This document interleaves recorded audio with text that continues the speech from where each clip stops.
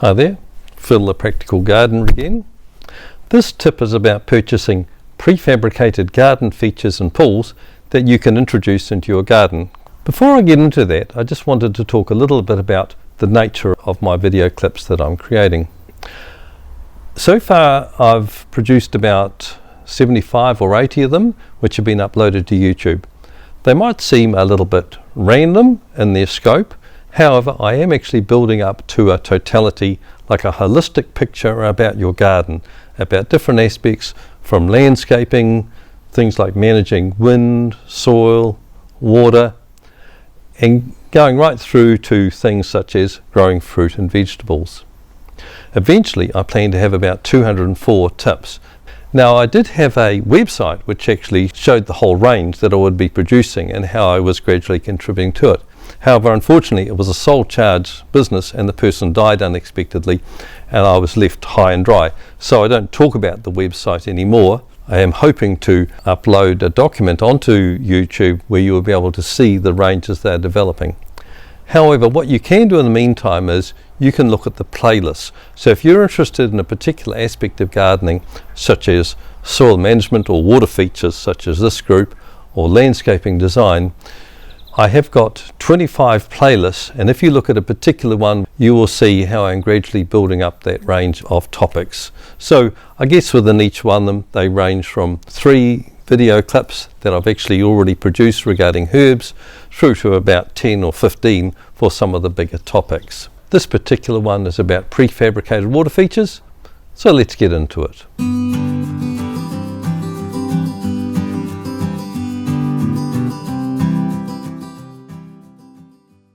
There are advantages to having prefabricated water features.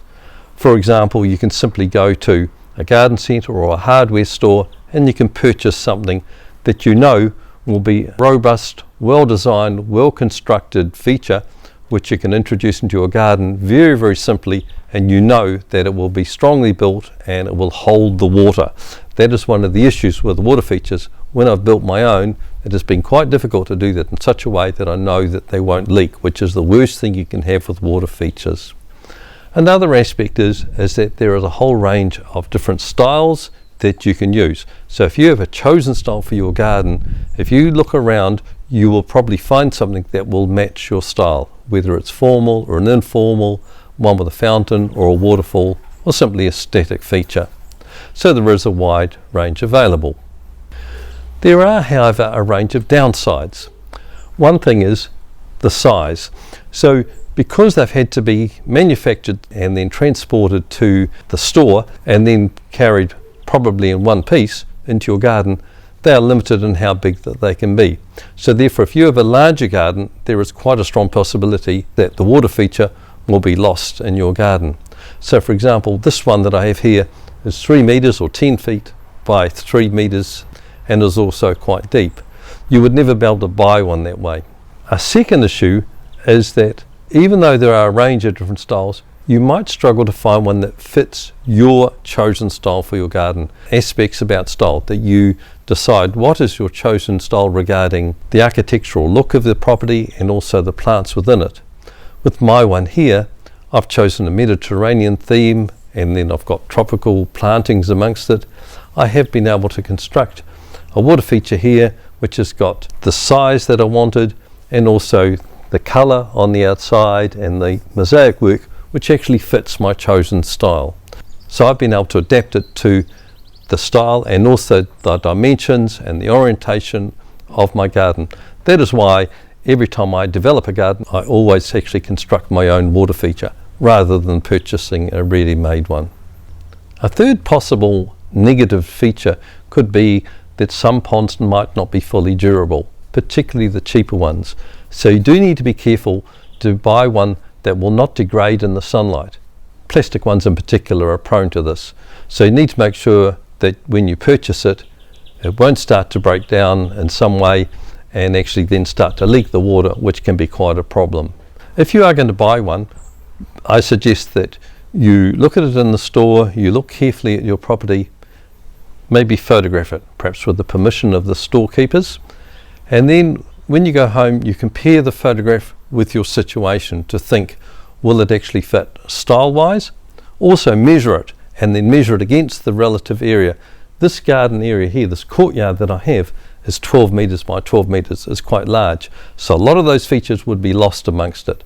However, if you have a smaller patio area, for example, or a retreat in your garden, it might be that you can fit it quite conveniently. It may also be that you might need to fit the style of your garden to the feature.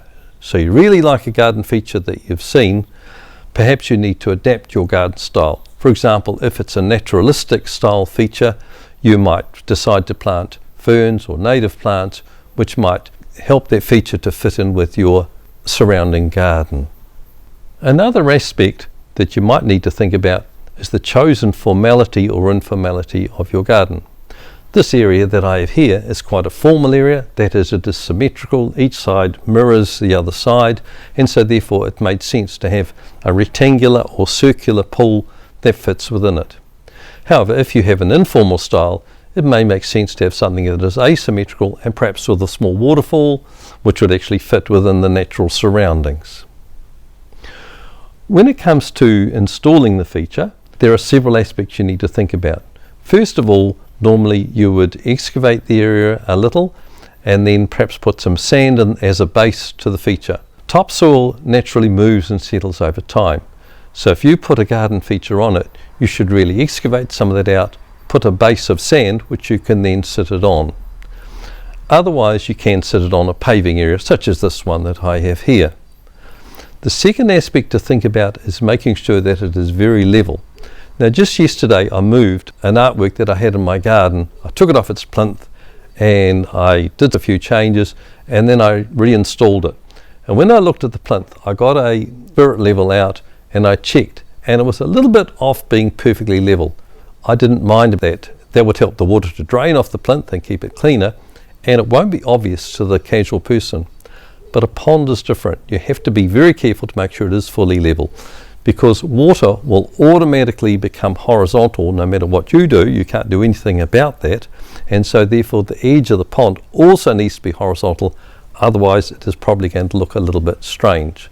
So this one here, you can see that the far side there, the water level is exactly the same as the edge of the pond. Once you've got the feature without the water in level, you can then tampen around the side if necessary to make sure that it is fully firm. You also need to think about any electrical connections. So if there is a fountain or a waterfall associated with it, and obviously a pump, there are two main options.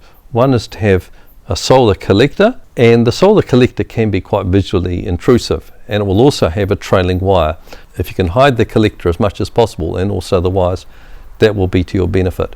It is possible to hide the cabling under pavers which perhaps cover the edge of the pond, or trailing foliage. Or you can introduce electricity to the feature from your house. You can have low voltage systems, which means that there is very little risk. This trailing edge can simply be under a bit of paver and it won't be creating any form of a risk to you or to other users. It does look quite strange when you have trailing cables that are obvious to the eye. Quite often when I visit gardens, I notice they obviously have purchased a feature from a garden store and put it into place in the garden. I think you can actually meld it in more with the surroundings, partly by putting pavers perhaps over the edge of the feature, or matching the materials of the feature with those of the surrounding area, or perhaps with the plants that naturally trail over the pond or are growing in the pond. Now just a reminder to look at the other aspects of water features which I have in the playlist. You'll find I already have some about how to maintain plants, how to look after the fish, and also to keep clarity in the pond, and even one on how to construct your own simple feature out of wood. I will be producing one at one stage on how you can create one out of a ceramic pot. Now don't forget to subscribe if you haven't done so, and also to like this video and share it with others who you think might be interested in it. Also perhaps leave comments. I'm always interested in them. People might tell me about their own experiences with garden ponds and waterfalls and fish, etc. That can be quite interesting to me, and I always have a look and I respond to them.